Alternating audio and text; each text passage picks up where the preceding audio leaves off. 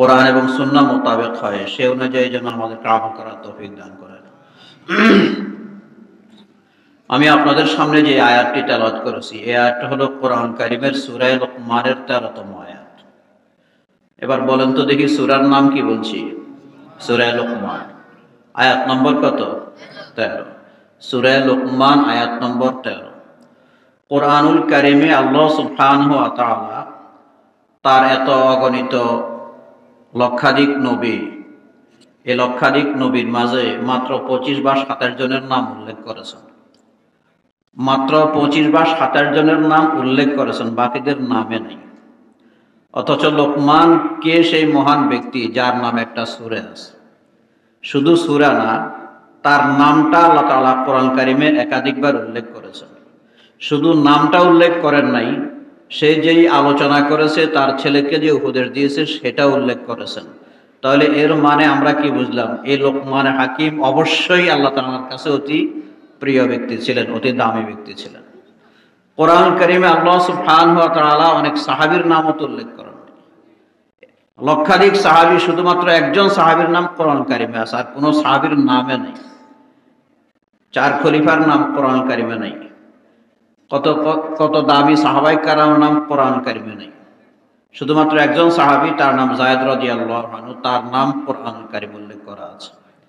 তাহলে লোকমান হাকিম যার নাম কোরআন কারীমে আছে, যার নামে সূরা আছে, যার উপদেশ সমূহ আল্লাহ তাআলা কোরআন কারীমে উল্লেখ করেছেন, অবশ্যই এ লোকটা অত্যন্ত দামি ছিল, কোনো সন্দেহ নেই। তাফসীরের সার কথা অনুযায়ী, বিভিন্ন তাফসীরের সার কথা অনুযায়ী লোকমান হাকিম তিনি আফ্রিকার কাছাকাছি একটা অঞ্চলে প্রথমে এক লোকের গোলাম ছিলেন, কৃতদাস ছিলেন। হযরতে আইয়ুব আলাইহিস সালামের আত্মীয় ছিলেন এবং পরবর্তীতে হযরত দাউদ আলাইহিস সালামের জামানা পেয়েছিলেন। তিনি যেই লোকের কৃতদাস ছিলেন, এ লোকের মেষ চড়াইতেন, প্রাণী, মহিষ, দুম্বা, ওট এগুলা চড়াইতেন। পরবর্তীতে তিনি আবার কাঠমিস্ত্রির কাজ করতেন। সহজ সরল সাধারণ একজন লোক ছিল, আকারে কৃষ্ণকায় কালো। লোকটা খুব বেটে ছিল, পাগুলা ছিল মোটা মোটা, নাকটা ছিল চ্যাপ্টা চ্যাপ্টা, শরীরটা ছিল একেবারে কালো, তবে মনটা ছিল একেবারে ভালো। এই জন্যই তিনি ছিলেন আল্লাহ তাআলার কাছে অত্যন্ত মহৎ, অত্যন্ত দামি।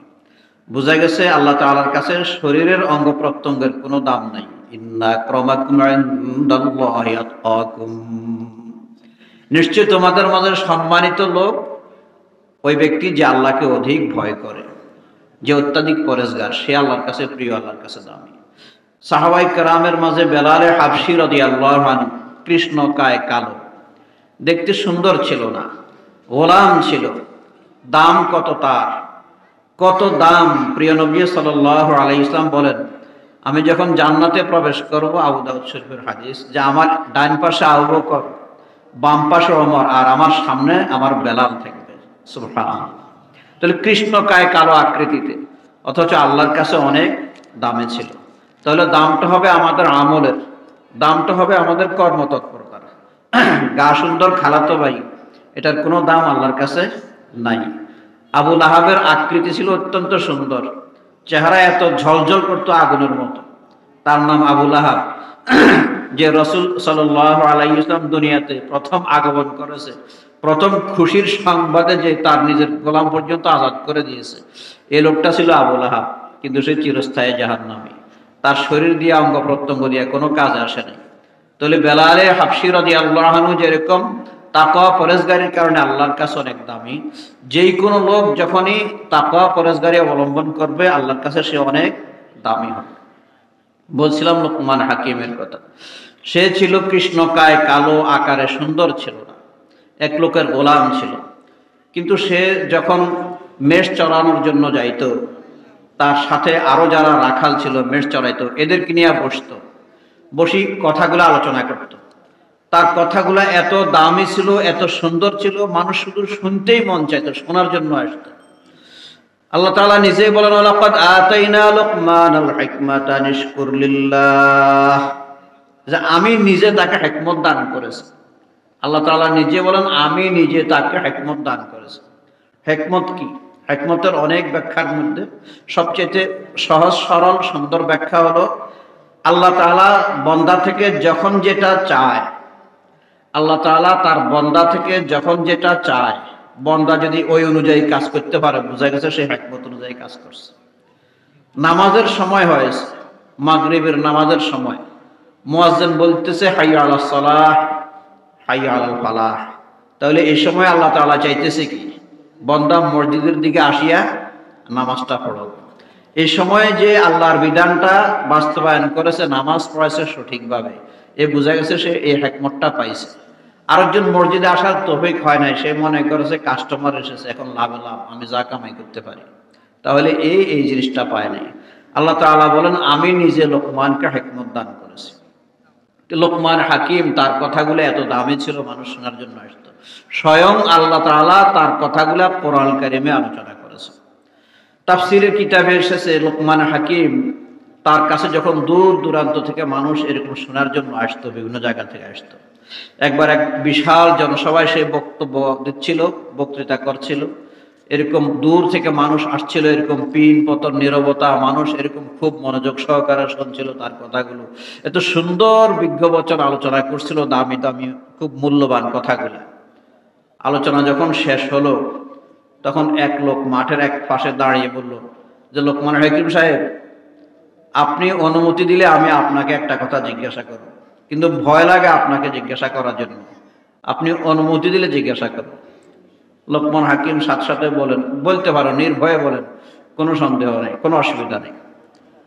ওই লোকটা বলছে তখন যে, লোকমান হাকিম, আজকে থেকে কয়েক বছর আগে অমুক একটা বিশাল জঙ্গলে আমার সাথে একটা লোক রাখাল হিসাবে ছিল, কৃষ্ণকায়, গুটগুটে, একবারে কালো ছিল, অবিকল আপনার মতো।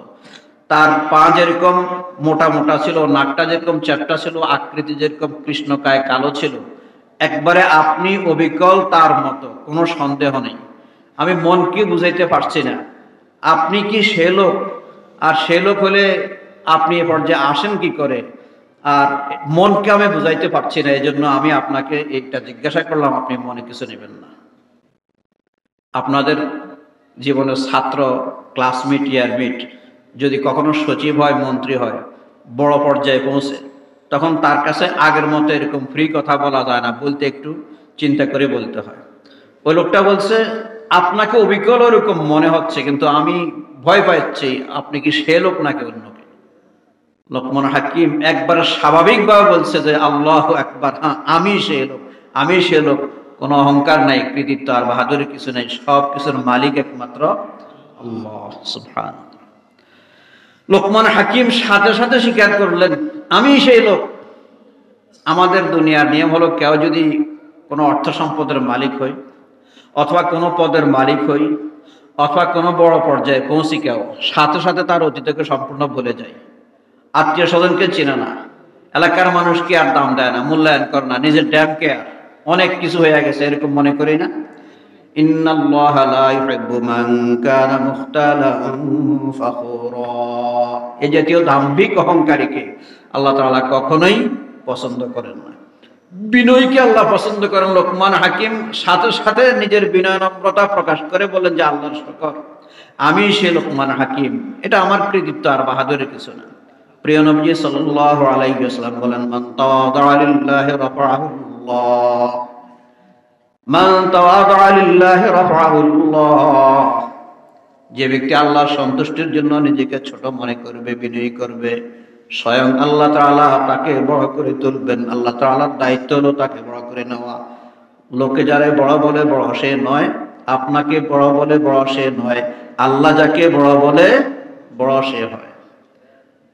আপনাকে বড় বলে বড় সে নয়, লোকে যাকে বড় বলে বড় সে নয়। আমাদের সমাজে বলে লোকে যাকে বড় বলে বড় সে হয়, কিন্তু বাক্যটা হলো আপনাকে বড় বলে বড় সে নয়, লোকে যাকে বড় বলে বড় সে নয়, আল্লাহ যাকে বড় করে বড় সে হয়। রাসূলুল্লাহ সাল্লাল্লাহু আলাইহি ওয়াসাল্লাম বলেন, আনা যাইমুন বিবাইতিন ফি রাবাদিল জান্নাতে লিমান তারাকাল মিরাআ হুয়া মুহাক্কুন। আমরা তো অহংকার, যখন পরস্পর ঝগড়া লাগে তখন আমাদের অহংকার চলে আসে, ভাব চলে আসে। নিজের বাহাদুরি দেখাই। রাগের ক্ষোভে অহংকার যখন বেশি আসে তখন আমরা নিজেকে নিজে চিনি না। দেখবেন দুইজন লোক যখন ঝগড়া লাগে তখন কলার লড়াই আর কেউ বেড়া চিনিস নি আমি কে, এর মানে হে নিজে ভুলে গেছে, হে কে এই কথাটা সে ভুলে গেছে। রাগের কারণে অহংকারের কারণে সে নিজের পরিচয় নিজে ভুলে যায়। প্রিয় নবী সাল্লাল্লাহু আলাইহি ওয়াসাল্লাম বলেন, দুজন লোক যখন ঝগড়া লাগে, একজন যদি সত্যের উপরও থাকে, এটা তার জিনিস, 10 টাকার একটা জিনিস নিয়ে ঝগড়া লাগছে, রিক্সাওয়ালা আর যাত্রী নিয়ে ঝগড়া হয়েছে 10 টাকার ভাড়া নিয়ে, লতিয়া শাক কিনতে যায় 5 টাকার মূলামূলি করিয়া ঝগড়া শুরু হয়েছে।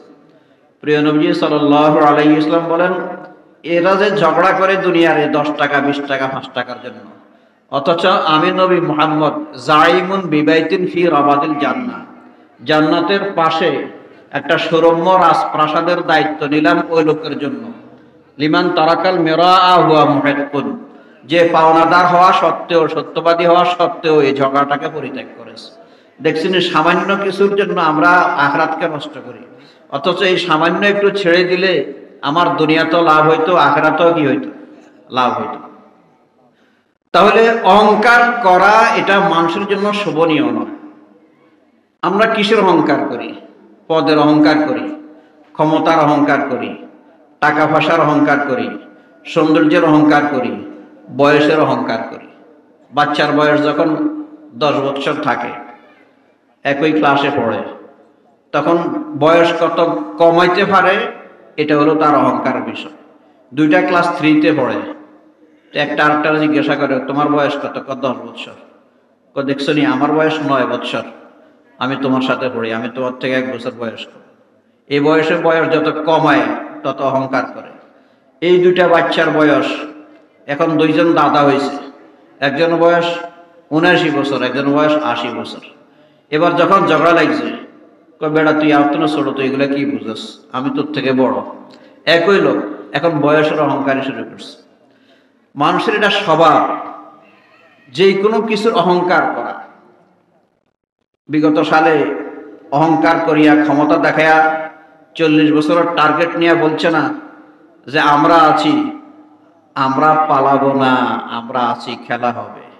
কিন্তু আল্লাহর সিদ্ধান্ত হলো যারা অহংকার করে তাদেরকে আল্লাহ তাআলা দমায়া দেয়। আল্লাহ তাআলা এই সকল অহংকার কি পছন্দ করে না।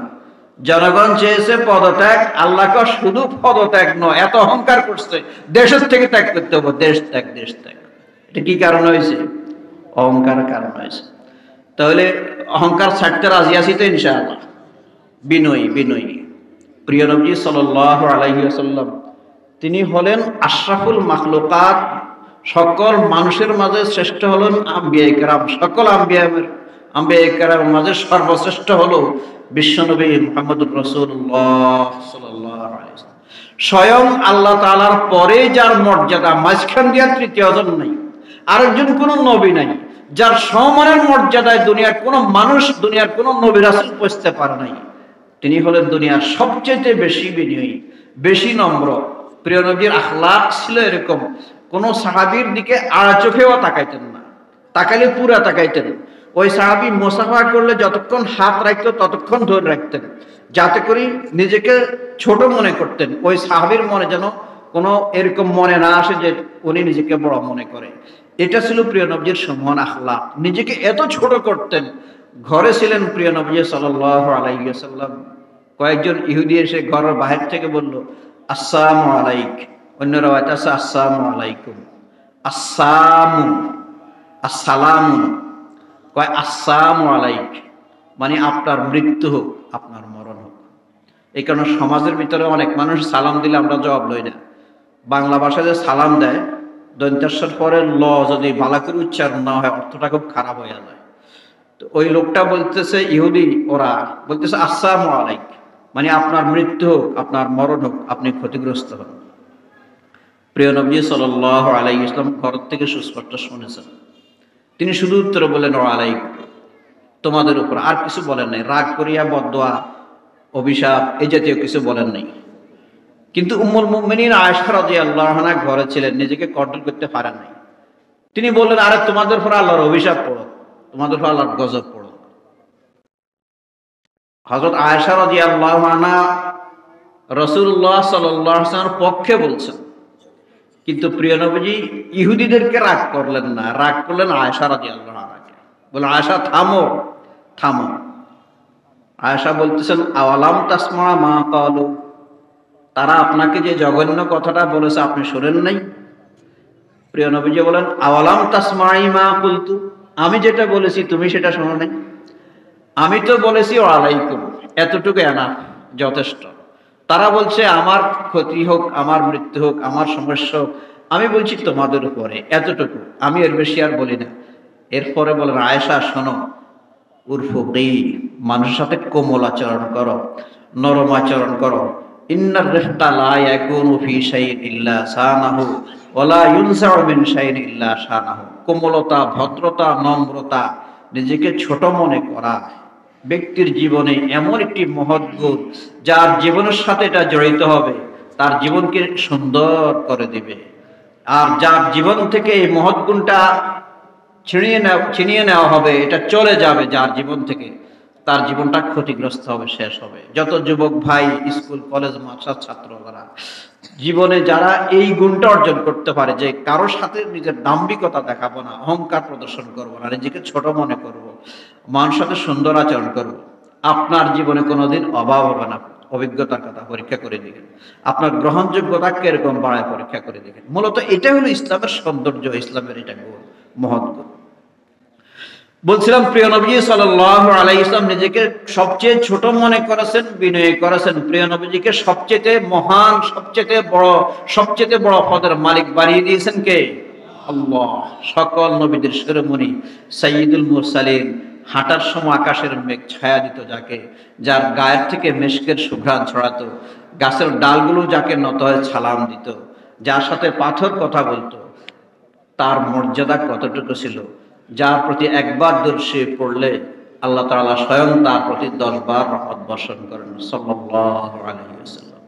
হাসরের কঠিন ময়দানে সব নবী যখন ইয়া নাফসি ইয়া নাফসি ইয়া নাফসি ইয়া নাফসি ছাড়া কথা নাই, বলতেই পারবে না, ইয়া নাফসি পর্যন্ত বলতে কষ্ট হবে, তখন একজন মাত্র মহামানব, যিনি আরশের নিচে মাকামে মাহমুদে সিজদায় পড়বেন আর কাঁদতে থাকবেন আর বলতে থাকবেন, ইয়া উম্মতি ইয়া উম্মতি ইয়া উম্মতি, তিনি হলেন বিশ্বনবী মুহাম্মদুর রাসূলুল্লাহ সাল্লাল্লাহু আলাইহি ওয়াসাল্লাম। কেন? গুণটা ছিল কি? নিজেকে সবচেয়ে ছোট মনে করতেন, বিনয় করতেন। বলছিলাম লোকমান হাকিমের কথা, এত বড় পদে যাওয়ার পরেও অতীতকে ভুলে নাই। আমি রাখাল ছিলাম, আমি ছোট ছিলাম, আমি কৃষ্ণকায় কালো একজনের কাজ করতাম, বলতে অসুবিধা কি? আল্লাহ তাআলা আমাকে এই পর্যন্ত উঠেছেন, এটা আল্লাহ তাআলার রহমত, আল্লাহ তাআলার দয়া। নিজেকে অহংকারী ভাবা কখনো উচিত না। এজন্য অহংকার দূর করতে হলে ছোটদেরকে দেখলে সালাম দিবেন, বড়দেরকে তো দিবেনই, ছোট বড় সবাইকে সালাম দিলেন। সালাম দেওয়ার মাধ্যমে যে সকল উপকারিতা আছে তার মধ্যে একটা হলো অহংকার দূর। ছোট বড় সবাইকে সালাম দিব এবং মানুষকে মানুষ মনে করব। নিজের অনেক টাকার মালিক, আমি অনেক বড় পদের মালিক, এই জন্য অন্যকে মূল্যায়ন করি না, এরকম করব না। সবার সাথে মিশবো এবং নেককার লোকদের সাথে মিশবো, অহংকার দমে যাবে ইনশাআল্লাহ। লোকমান হাকিম অহংকার দেখার নাই, নিজেকে ছোট মনে করেছেন। ওই লোকটা তখন আশ্চর্যান্বিত হইয়া বলল, লোকমান হাকিম, মনের বুঝাইতে পারি না, আপনি যদি সেই লোকটা হন আমার সাথে মেষ চড়াইতেন বনের গভীরে, মূল্যায়ন ছিল না, গোলাম ছিলেন। আজ আপনি এই পর্যায়ে পৌঁছেছেন, পৃথিবীর দূর দূরান্ত থেকে অনেক লোক আপনার কথা শোনার জন্য আসে, আপনি এই পর্যায়ে পৌঁছলেন কিভাবে? তখন লোকমান হাকিম বলে, হ্যাঁ, তুমি একটা সুন্দর কথা জিজ্ঞাসা করলে। জীবনে কোনো ব্যক্তি যদি জীবনে কতগুলা গুণ অর্জন করে, তাহলে আল্লাহ তাআলা ওই ব্যক্তিকে ওই পর্যায়ে পৌঁছাবে যে জায়গাতে আমি পৌঁছে গেছি। তুমিও যদি এই সকল গুণ অর্জন করো, তুমি এই পর্যায়ে পৌঁছবে। তাহলে এই সকল গুণের কিছু কথা আমরা আলোচনা শুনতে রাজি আছি তো ইনশাআল্লাহ। লোকমান হাকিম বললেন, 1 নম্বরে, তুমি যদি আমার পর্যায়ে পৌঁছতে চাও, জীবনে মূল্যবান হইতে চাও, দামি হইতে চাও, কয়েকটা গুণ তোমার অর্জন করা লাগবে। 1 নম্বর গুণ হলো তুমি তোমার জবানকে হেফাজত করবে, তুমি তোমার জবানকে হেফাজত করবে, জিহ্বাকে সংযত করবে। রাসূলুল্লাহ সাল্লাল্লাহু আলাইহি ওয়াসাল্লাম বলেন, মান কানা ইউমিনু বিল্লাহি ওয়াল ইয়াউমিল আখির ফালিয়াকুল খায়রান আও লিয়াসমুত। যে ব্যক্তি আল্লাহ ও পরকালকে বিশ্বাস করে, সেই জন্য বললে দামি কথা বলে অথবা চুপ থাকে। রাসূলুল্লাহ সাল্লাল্লাহু আলাইহি ওয়াসাল্লাম বলেন, মিন হুসনি ইসলামিল মার'i তারকুহু মা লা ইয়ানি। ব্যক্তির জীবনের সৌন্দর্য হলো তারকুহু মা লা ইয়ানি, অনর্থক কথা না বলা। অধিক কথা বলা এটা জ্ঞানী লোকের লক্ষণ না। যিনি যত জ্ঞানী হবেন, যিনি যত দামি হবেন, তিনি তত কথা কম বলবেন, এটা হলো নিয়ম। আদালতে গেলে উকিল মুয়াক্কিল পরস্পর বাদী বিবাদীর কিরকম ঝগড়া, কত কথা সেখানে, কিন্তু একজন সেখানে সবচেয়ে কম কথা বলেন, তিনি হলেন হাকিম। একটা কলম কখনো কানে নাই, কখনো হাতে নাই, সবচেয়ে কম কথা বলে, কারণ তার কথার দাম বেশি। একটা হাতে আর একটা নাতে কেউ বেকসুর খালাস হয়ে যায়, কারো জীবনে ফাঁসি চলে আসে, তার কথার দাম অনেক বেশি। আরেকজনের সারাদিন বক বক বক বক করে, তার কথার কোনো কি নেই, মূল্য নেই। রাসূলুল্লাহ সাল্লাল্লাহু আলাইহি ওয়াসাল্লামকে মুআয ইবনে জাবাল রাদিয়াল্লাহু আনহু বলেন, ইয়া রাসূলুল্লাহ ওয়া হাল নাহনু মুআখাযুনা বিল লিসান, জিহ্বার কারণে কি আমরা পরকালে গ্রেফতার হব নাকি? রাসূল কোন সাকলাত কা মুকার সর্বনাশ হোক, দুর্ভাগা কও কি জাহান্নামে তো মানুষ এই কারণেই বেশি যাবে, এই কারণে তো মানুষ জাহান্নামে বেশি যাবে। অন্য হাদিসে এসেছে রাসূলুল্লাহ সাল্লাল্লাহু আলাইহি ওয়াসাল্লাম বলেন, প্রতিদিন সকাল বেলায় বনি আদমের অঙ্গ প্রত্যঙ্গগুলো জিহ্বার কাছে ক্ষমা চায় করজোড়ে, যে ভাই জিহ্বা, তুমিও একটা অঙ্গ, আমি হাত, আমি পা, আমি অন্যান্য অঙ্গ প্রত্যঙ্গ, আমাদেরকে আল্লাহ বোবা বানাইছে, তুমি জিহ্বা দিয়া কথা বলতে পারো, তোমার কারণে আমরা পরকালে ক্ষতিগ্রস্ত হব, আমাদেরকে একটু হেফাজত করো, তোমার কারণে যেন আমরা বিপদগ্রস্ত না হয়। আপনি চিন্তা করে দেখেন, একটা লোক যদি পথে রাজপথে দাঁড়ায় যদি সরকার বিরোধী কোনো বক্তব্য দেয় বা উল্টালটা কোনো বক্তব্য দেয়, তাহলে এই বক্তব্য দিল সে হাত দিয়া নাকি জিহ্বা দিয়া? জিহ্বা দিয়া। কথা বলছি কি দিয়া? জিহ্বা দিয়া। জনগণ যখন তারে ধরব ফিডানোর জন্য, তখন কি শুধু জিহ্বার মধ্যে নিয়ে ফিডাইব? হাতে ফিডে ফাঁই যেখানে ইচ্ছে সেখানে ফিডাইব। এখন হাত আর ফা কি বলবো না যে আমরা দোষ করি না, দোষ তো জিহ্বা করছে, এটা তো করতো না। ঠিক জিহ্বার কারণে বান্দা জাহান্নামী হবে, অন্যান্য অঙ্গ প্রত্যঙ্গ গুলা ক্ষতিগ্রস্ত হবে। তাহলে আপনি আর আমি যখন রাতে ঘুমাই, তখন যদি একটু চিন্তা করতাম, দেখা যাবে যে আমি সারাদিন আজকে হয়তো কোনো গুনাহ করে নাই, কিন্তু যদি আমার কোনো গুনাহ হইয়া থাকে, জিহ্বা দিয়ে কিছু হয়েছে, হয়তো কারো গীবত করেছে, কারো চগলখড়ি করেছে, কাউকে মন্দ কথা বলেছে, কাউকে গালি দিয়েছে, কাউকে খারাপ কথা বলেছে। এই যে গীবত করা, চগলখড়ি করা, মন্দ কথা বলা, কাউকে গালি দেওয়া, এগুলা সব মানুষ কি দিয়ে করে? জিহ্বা দিয়ে করে। অথচ এই জিহ্বা আল্লাহ তাআলা দেওয়া কত বড় নেয়ামত, কত বড় নেয়ামত। গরুরও জিহ্বা আছে, কত আত্মীয় স্বজনের জিহ্বা আছে, কথা বলতে পারে না, বোবা। যার মা বাবা আছে, ছেলের বয়স 4-5 বছর হয়ে গেছে, কথা বলতে পারে না, ওরা জিজ্ঞাসা করেন কথার দাম কতটুকু।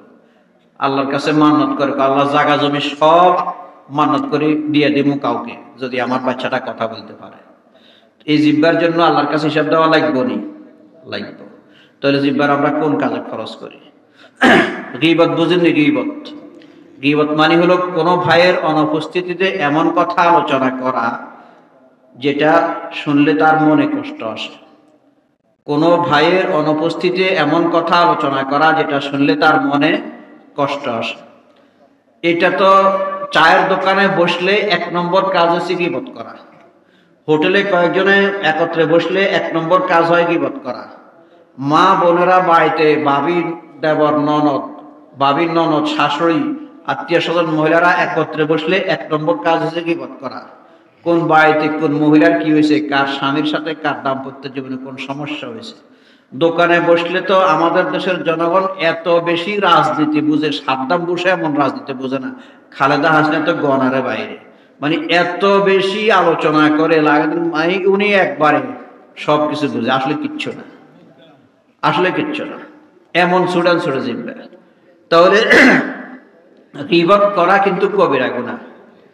কারো অনুপস্থিতিতে এমন কথা আলোচনা করা যেটা শুনলে তার মনে কষ্ট আসে, এটা করা কি? কবিরা গুনাহ। এদিকের মানুষ এটা ছাড়তে রাজি নেই, এর জন্য আমার সাথে কথা কয় না। গীবত করা কি? পিছন দিয়ে তারা উত্তর কথা কয় না, এরা হুজুর আজকে যাইও গীবত করি, এই জন্য কথা কয় না। গীবত করা কি?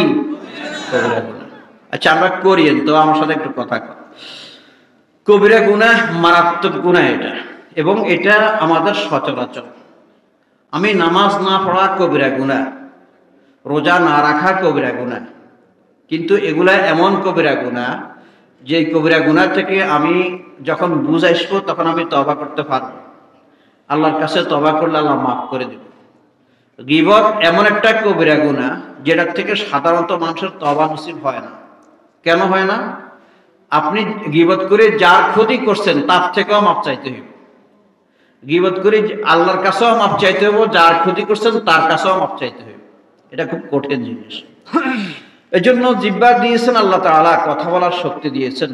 গীবত করব না, গীবত করব না। গীবত আপনি যার করবেন তার উপকার হবে, আপনার ক্ষতি হবে।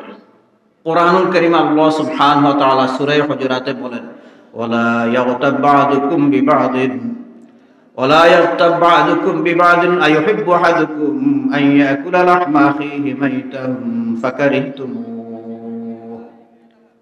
খবরদার, খবরদার, তোমরা একে অপরজনের গীবত করিও না। একজন অন্যজনের অনুপস্থিতিতে তার ব্যাপারে এমন কথা বলিও না যেটা শুনলে তার মনে কষ্ট আসে।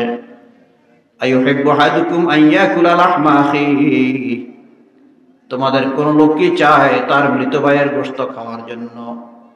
ফাকারিহতুমুহ, অবশ্যই এটাকে তোমরা ঘৃণা করবা, অপছন্দ করবা।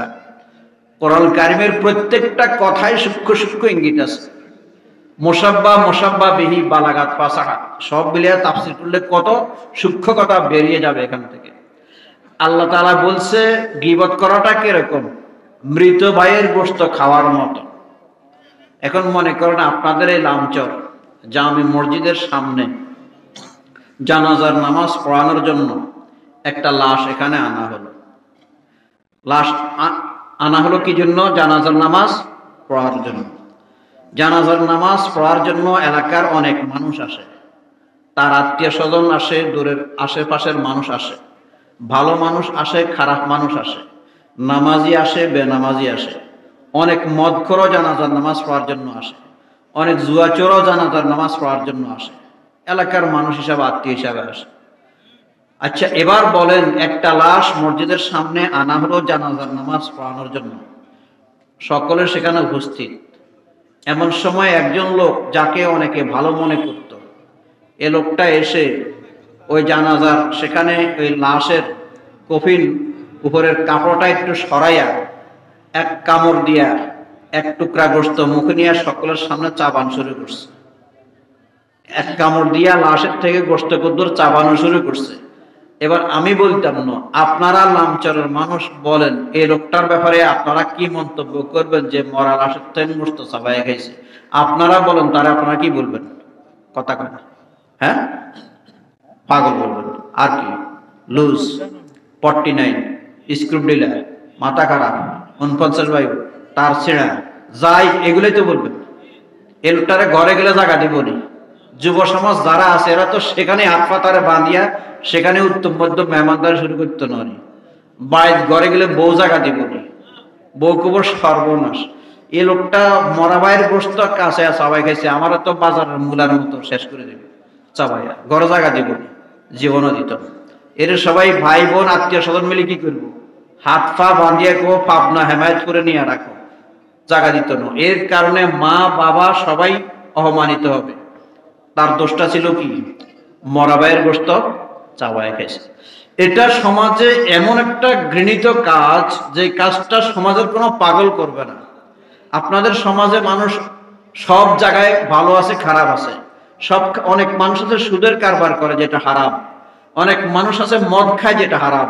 এরকম যে সুদ খায়, যে মদ খায়, এমন একটা লোকের আনিও যদি আপনি বলেন যে একটা লোক মারা গেছে, তার গোশত কদ্দুর চাবাইয়া খাও, সেটা রাজি হবে না। যে তোমারে আমরা কিছু টাকা দিব, এটা মরা ভাইয়ের গোশত চাবাই খাওয়া রাজি হবে না। তাহলে এমন একটা ঘৃণিত কাজ, মারাত্মক, সমাজের দৃষ্টিতে, সকলের দৃষ্টিতে যে লোকটাকে পাগল মনে করা হয়, নিকৃষ্ট মনে করা হয়, সবচেয়ে মারাত্মক জঘন্য কাজ। আল্লাহ তাআলা এই কথাই বুঝেছেন যে গীবত করা এরকম জঘন্য কাজ। আইয়ুহিব্বু আহাদুকুম আন ইয়াকুলা লাহমা আখিহি মাইতান, মৃত ভাইয়ের গোশত চাবাই খাইতে কি কেউ পছন্দ করো? ফাকারিহতুমু, অবশ্যই এটা কেউ পছন্দ করতো। তাহলে আপনারা এখন থেকে গীবত করবেন নি? ফিসনালরা করবো, গীবত করবেন নি? করবেন। ভালো করে বুঝেন নাই, আবার বুঝাই। আইয়ুহিব্বু আহাদুকুম আন ইয়াকুলা লাহমা আখিহি মাইতান, মৃত ভাইয়ের গোশত খাওয়া কি তোমাদের কেউ পছন্দ করে নাকি? জীবিত ভাই না মৃত ভাই। আরেকটা সূক্ষ্ম ইঙ্গিত, এই যে আমার সামনে যে মাইকটা, এই যে রড, এটা একটা জড় পদার্থ, এটা মৃত, স্বাভাবিক দৃষ্টিতে এটা মৃত। এখন এটাকে যদি এখানে আমি বা আপনি কেউ চাবায়, দাঁত দিয়ে চাবাইতে শুরু করে, এই রডটাকে দাঁত দিয়ে চাবাইতে শুরু করে, এখন মনে করেন, তাহলে এই রডটা খুব ব্যথা পাবে। কেমন? আরে কহা, এই রডে ব্যথা পাইবে নি? কে ব্যথা পাইবে? যে চাবাইয়ে ব্যথা পাইবে। আল্লাহ যেন বুঝাইতেছে সূক্ষ্ম ইঙ্গিত কোরআনের, যে তুমি যে মরা ভাইয়ের গোশত চাবায় খাইতেছ তার কোনো ক্ষতি হবে না। ফাঁকে দিয়ে তুমি সকলের কাছে বেজ্জিত হয়ে গেলে, তুমি একটা গুনার ভাগী হলে। তুমি যে আরেক ভাইয়ের গীবত করছো তার তো কোনো ক্ষতি হবে না, ফাঁকে দিয়ে তুমি ক্ষতিগ্রস্ত হয়ে গেল, তোমার ক্ষতিটা তুমি করে ফেললা, তার তো কোনো ক্ষতি করলে না, তার হলে কিছু উপকার হয়েছে। তাহলে এই যে গুনাহের কাজটা আমরা করি কি দিয়া করি? জিহ্বা দিয়া করি। এই জন্য জিহ্বাকে সংযত করা। লোকমান হাকিম বলছে, তুমি যদি দামি হইতে চাও, এক নম্বরে জিহ্বারে কি করবে? হেফাজত করবে। এই জিহ্বা দিয়ে আমরা কত গুনাহের কাজ করি। এই যে গীবত করি জিহ্বা দিয়া, মিথ্যা কথা বলে মানুষ কি দিয়া? জিহ্বা দিয়া। অধিক বেদরকারী বেহুদা কথা বলে কি দিয়া? জিহ্বা দিয়া। বেহুদা বেদরকারী কথা বলে যারা চাপাবাজি করে, কবিরাজি ওষুধ বিক্রি করে, বিয়ার গটকালি করে, গরুর দালালি করে, কথা লাগবো 1 মিনিটের কথা, এটারে একবারে এমন বাড়ায়, এমন ইয়ে করে, মানে যেটা হওয়ার দরকার 10 এটাকে বানায় 100। এরকম 2 জন ঘটক গটকালি করে, এদিকে এটারে কি বলে যারা গটকালি করে? হ্যাঁ, মুক্তারি করে। মুক্তারি করে। এরা জামাই থেকেও টাকা নেয়, মেয়ের পক্ষ থেকেও টাকা নেয়, দোনো পক্ষ থেকে নেয়, গটকালি করে, কেউ আছে জমির দালালি করে। তো ছেলের বাবা 2 জন ঘটককে পাঠাইছে মেয়ের বাবার বাড়িতে খোঁজ খবর নেওয়ার জন্য। 2 জন ঘটক, এরা তো দালাল, কথা একটু বাড়াই কয়। একজন আরেকজনের কয়, আমরা যুক্তি করিয়া নি, আমি যতটুকু বলবো তুমি তার থেকে কিছু বাড়ায় বলবে। গটকালি করতে গেছে আর কি। তো মেয়ের বাড়িতে যাওয়ার পরে মেয়ের বাবা মেহমানদারি করার পরে বসাইছে, পান টান খাওয়ার পরে বলছে যে, বলেন যে ছেলের জন্য প্রস্তাব নিয়ে আসছেন, ছেলের আল্লাহ রহমতের লেখাপড়া কি? তো এক ঘটক দালালে কয়, আল্লাহ রহমতে মাশাআল্লাহ মেট্রিক পাস করছে কয়েক বছর আগে। তার ঘটক কয়, তুমি কি জন্য এখানে আসছো? ও তো কবে মাস্টার্স কমপ্লিট হয়েছে, তোমার খবর নাই, তুমি কি জন্য কথা করতে আসছে? তো মেট্রিক পাশের কি বানাই দিছে? মাস্টার্স বানাইছে। মেয়ের বাবা কয়, জায়গা জমি কিরকম? কয়, আছে মোটামুটি তালতলা সাধুর খিল লামসর মিলে জায়গা জমি 8-10 কড়া কিনছে মোটামুটি। ওইদিকে এটা একটা কথা নিকলো, আরে সাতখিল টাউনের উপরে তো এটার 10 তলা বিল্ডিং কাজ চলতে আছে, আর 20 তলা ফাউন্ডেশন হয়ে গেছে, প্লট তার অনেকগুলা, ওর সর্বনাশ বহুত কিছু। মেয়ের বাবাকে অসুখ টসুখ আসেনি? কয় না, মাঝে মাঝে সর্দি কাশি সামান্য। ওই তো এটা কি করছেন, যক্ষায় তো 3 বছর ঘরে তো উঠতে পারে না, বুঝলেননি? তো কথা বাড়তে বাড়তে কোন পর্যায়ে বাড়ছে? বিয়ে হয়েছে নিয়ে, বুঝছেন? এই যে অধিক কথা বলা ভালো না। আল মিকতারু কাআতি বিল্লাহ, অধিক কথা বলা ক্ষতির কারণ। জিহ্বা দিয়া মানুষ বহুত ভুল করে ফেলে। যত মিথ্যা কথা বলে মানুষ কি দিয়া বলে? জিহ্বা দিয়া বলে। ভোট হয় দিনের ভোট, রাত হয় পরের দিন আবার ভাষণ দেয়, আমরা দিনের বেলায় সুষ্ঠু ভোট করেছি। এরকম লোক আমাদের দেশে ছিল নি? ছিল। বিশ্বের ভিতরে বাংলাদেশটা মিথ্যার দিক থেকে সারা পৃথিবীতে ফার্স্ট হয়েছে। কোন দেশে বলে এরকম থার্মোমিটার লাগাইছে, কাল্পনিক কথা আর কি, এটা বোঝার জন্য যে কোন দেশের মানুষ কি এরকম মিথ্যা কথা বলে। দেখছে এরকম ভারতেরটা ঘুরে এরকম 60 কিলোমিটার গতিতে ঘুরে, নেপালেরটা এরকম 70, জাপানেরটা মোটামুটি ভালো আছে, এরা মিথ্যা কথা কম বলে। পর্যটক খোঁজ করি, কয় স্যার বাংলাদেশটাতে নাই। বাংলাদেশ কি এত ভালো হয়ে গেছে? কয় না, বাংলাদেশের মানুষ এত বেশি মিথ্যা কথা বলে, মিটার রিডারে আমরা টেবিল ফ্যান বানাইছি, এত স্পিডে ঘুরে, এটার ডিশমিশ পাওয়া যায় না। মিথ্যা কথার জন্য পুরস্কৃত এই দেশ। মিথ্যা কথা বলে মানুষ কি দিয়া? জিহ্বা দিয়া। এই যে গীবত করে, শেকায়াত করে, চুগলখুরি করে। চুগলখুরি মানে হলো একজনের কথা আরেকজন কাছে লাগানো, 2 জনের মধ্যে লাগাই দেওয়ার জন্য। এ মিয়ার কথা যায় হে মিয়ার কাছে, হে মিয়ার কথা যায় এ মিয়ার কাছে। এরকম মহিলারা এটাকে কয় কয় কুটনি বড়ি যাই কই এগো বুয়া শুধু আনেতন কই আল্লাহ রাস্তার কারতন কইেন না। তো এই কথা যাই আরো জনের কাছে কয় এগো বুয়া শুধু আনেতন কই আর কারতন কইেন না। এটা কয়ে যে বেজালটা লাগাই দেয়, এদেরকে বলা হয় কি কুটনি বুড়ি চুগলখুরি। এটা করে মানুষকে দিয়া, জিব্বা দিয়া। এই যে মিথ্যা কথা বলা, চুগলখুরি করা, এই যে গীবত করা, কাউকে অপমান করা, সামনে হোক পিছনে হোক, এগুলা সব কবিরা গুনাহ। এবার আল্লাহ তাআলা কি বলেন শুনেন, ওয়াইলুল লিকুল্লি হুমাযাতিল লুমাযা। যারা কারো সামনে সামনে অপমান করে, কারো পিছনে পিছনে গীবত করে, তাকে অপমানিত হয় এমন কথা বলে, সামনে করে আর পিছনে করে, সে যেন ধ্বংস হয়, সে যেন ওয়াইল দোজখে যায়, সে যেন ধ্বংস হয়, সে যেন ওয়াইল দোজখে যায়। ওয়াইলুন সর্বনাশ ওই ব্যক্তির জন্য, ওয়াইল দুজক ওই ব্যক্তির জন্য, লিকুল্লি হুমাযাতিল লুমাযা, যে কারো সামনাসামনি হোক কারো পিছনে হোক, সামনাসামনি তারা অপমান করে, পিছনে পিছনে গীবত করে। এবার এটার ব্যাখ্যা বুঝেন, এই সংক্ষিপ্ত কথাটা বুঝছেন। কেউ সামনাসামনি হোক পিছনে হোক, কারো ব্যাপারে যদি এমন কথা বলে যেটা তার মনে কষ্ট আসে, এর জন্য এই যেন ধ্বংস হয়, এই জন্য ওয়াইল দোজখে যায়। কোরআনুল কারীমের আয়াত। এখন মনে করেন একজন লোক, আজকে এটার অর্থটা আপনারা বুঝছেন, আগামীকালকে আসরের সময় এক দোকানে বসিয়া আপনি কারো গীবত করছেন, অথবা একজন ভাইকে অপমান করছেন।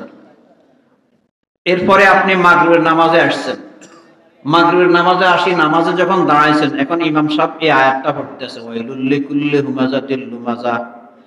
মানে আজকে আসরের সময় যে মুসল্লি ভাই গীবত করেছে, কাউকে অপমান করেছে, তার পিছনে গীবত করেছে, সে যেন ওয়াইল দোজখে যায়, সে যেন ধ্বংস হয়ে যায়। এখন যে নামাজটা পড়ছে, এই নামাজের দুই সূরত, হয়তো নামাজটা কবুল হয়েছে অথবা হয় না। যদি নামাজটা কবুল না হয় এক বিপদ, হইলে আরো বিপদ, হইলে তো এই আয়াত সহ কবুল হয়েছে, এই যেন গীবত করছে এই যেন ধ্বংস হয়ে যায়। তাহলে এই কারণে আগামীকাল থেকে আমরা নামাজ পড়তাম না, নাকি কি করতাম না? গীবত করতাম না। কি করতাম না?